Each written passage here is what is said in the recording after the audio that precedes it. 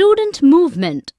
During 1974, the students' community in Gujarat started their united movement against increasing unrest in order to oppose definitely the failure of government's control to curb the overall price rise and economic decline in the country and specifically in the states as well.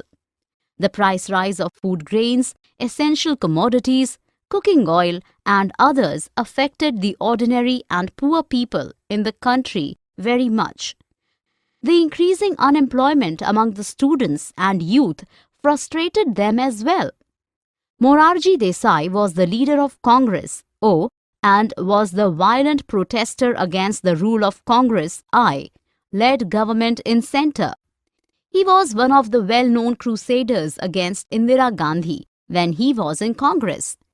He demanded the re-election in the state and due to deteriorating situation of law and order despite of president's rule imposed in the state, the centre was agreed to announce the election in the state. For more such videos on all subjects, practice questions and a lot more, download iPrep and learn